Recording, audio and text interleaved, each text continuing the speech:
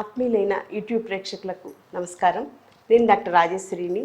నేను సురక్ష ఆయుర్వేద చికిత్సాలయంలో pure ayurvedic ప్రాక్టీషనర్ని. పంచకర్మ స్పెషలైజ్డ్ క్లినిక్ మా క్లినిక్.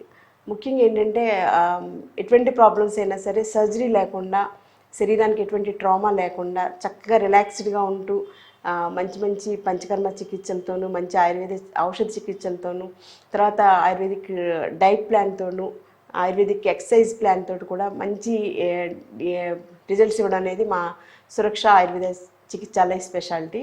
సో ఎలాంటి ప్రాబ్లం అయినా సరే, ముఖ్యంగా మోకాళ్ళు అరిగిపోయిన వాళ్ళకి, మెడ నడుము అరిగిపోయిన వాళ్ళకి, గ్యాస్ట్రిక్ అల్సర్స్ ఉన్న వాళ్ళకి, అమ్మాయిలు వచ్చేటువంటి గైనిక్ ప్రాబ్లమ్స్, మెనరేజియా, ఇలాంటి వాటికి, ఫైబ్రాయిడ్స్, యూట్రస్, ఒవేరియన్ సిస్ట్, వీటన్నిటికీ కూడా సర్జరీ లేకుండా ఆయుర్వేదిక్ పంచకర్మ ట్రీట్మెంట్స్ తోటి 100% రిజల్ట్స్ ఇవ్వడం అనేది మా సురక్ష ఆయుర్వేద చికిత్సాలయ స్పెషాలిటీ.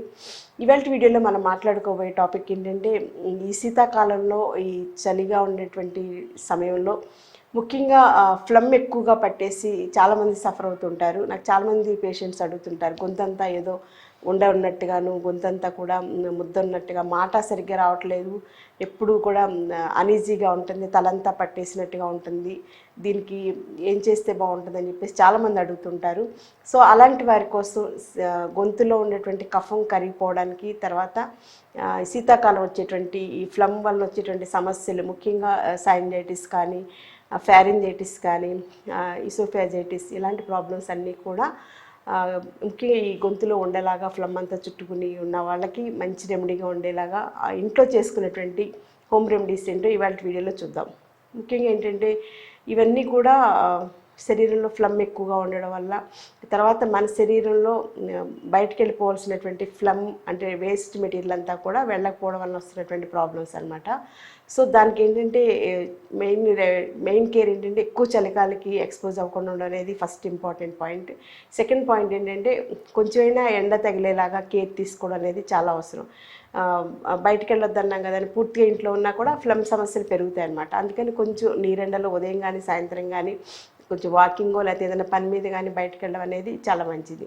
లేకపోతే ఈ ఫ్లమ్ అలా పెరిగిపోయి కొంచెం గ్యాస్ట్రిక్ ఇరిటేషన్స్ రావచ్చు, లేదా సైనైటిస్, ఆస్మా లాంటి ప్రాబ్లమ్స్ రావచ్చు. కొంతమందికి అయితే జాయింట్ పెయిన్స్ ప్రాబ్లమ్స్ కూడా వస్తాయి అన్నమాట ఫ్లమ్లో వచ్చినటువంటి మార్పు వల్ల. సో దానికి మనం హోమ్ రెమెడీస్గా ఏం చేసుకోవాలనేది ఇవాళ వీడియోలో తెలుసుకుందాం. వీటికి ఇలాంటి సమస్యలకి ముఖ్యంగా బాగా పనిచేసేవి ఏంటంటే, పసుపు, తర్వాత మిరియాల చూర్ణం, తర్వాత సొంటి చూర్ణం, తర్వాత తమలపాకు రసం, ఇవన్నీ కూడా చాలా బాగా పనిచేస్తాయి అన్నమాట. సో వీటిని ఉపయోగించుకుంటూ మనం ఎలాగా ఇంట్లోనే హోమ్ రెమెడీస్ ఎలా తయారు చేసుకోవాలనేది చూద్దాం. దీనికి ఏంటంటే, మెయిన్గా ఆయుర్వేదిక్ హెర్బల్ టీస్ లా అనుకోవచ్చు అనమాట. సో ఆ హెర్బల్ టీస్ని ఫ్రీక్వెంట్గా తాగడం, అంటే ఎర్లీ మార్నింగ్ తాగడం, 11 o'clock తాగడం, జస్ట్ ఆఫ్టర్ లంచ్ ఒక కప్ తీసుకోవడం, మళ్ళీ 4 o'clock ఒక కప్, మళ్ళీ 7 o'clock ఒక కప్, అలా 5 to 6 times తీసుకున్నా కూడా దీనివల్ల మీకు మంచిగా, కానీ దీనివల్ల ఏం హామ్ ఉండదు. కాబట్టి ఈ శీతాకాలంలో మీరు తాగే కాఫీ టీలు బదులుగా ఇలాంటి ఆయుర్వేదిక్ టీస్ తయారు చేసుకోవడం అనేది చాలా మంచిది అనమాట. అది ఏంటంటే, ముఖ్యంగా మిరియాలతోటి అందరికీ తెలిసిందే, మిరియాలు పాలు కలిపినటువంటి తాగడం వలన రొంప అంతా కూడా బాగా తగ్గుతుంది, ఫ్లమ్ అంతా కూడా బాగా తగ్గుతుంది అనేది అందరికీ తెలిసింది. సో అలాగ మనం ఏంటంటే, ఒక కప్పుడు వేడి నీళ్ళు మరగబెట్టేసుకుని అందులో ఒక 1/2 స్పూన్ మిరియాల పొడి వేసి, కొంచెం బెల్లం కూడా వేసి, కొంచెం ఒక 5 నిమిషాలు మరిగించేసి దాన్ని వడకట్టి తీసుకోవడం వల్ల ఈ గొంతులో ఉండేటువంటి ఫ్లమ్ తగ్గడానికి ఈ మిరియాలు డికాక్షన్ చాలా బాగా పనిచేస్తుంది. మిరియాల టీ అనుకోవచ్చు మనం. సో ఇది చాలా బాగా పనిచేస్తుంది. ఇది ఫస్ట్ రెమెడీ.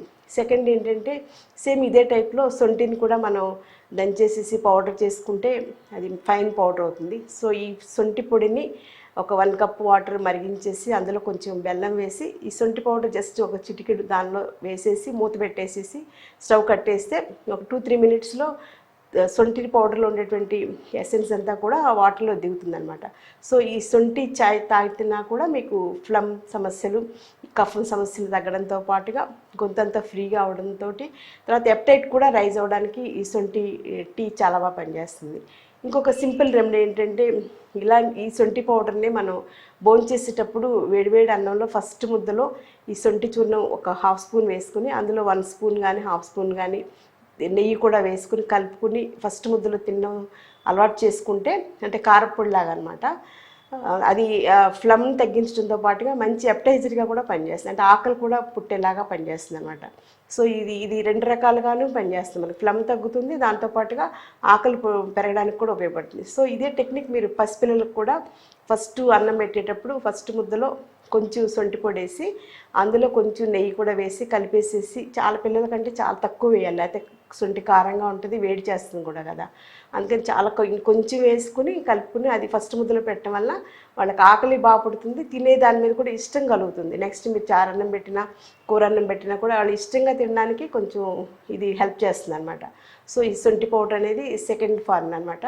థర్డ్ ఫార్మ్ ఏంటంటే రాత్రిపూట పడుకోబోయే ముందు ఒక కప్పుడు పాలల్లో కొంచెం మరిగించినటువంటి పాలల్లో కొంచెం పసుపు వేసేసి మరిగించి ఆ పాలను కనుక తాగడం అలవాటు చేసుకుంటే అది కూడా మీకు గొంతులో ఉండేటువంటి ఫ్లమ్ అంతా తగ్గించడంతో పాటు సుఖనిద్రకు కూడా చాలా బాగా ఉపయోగపడుతుంది.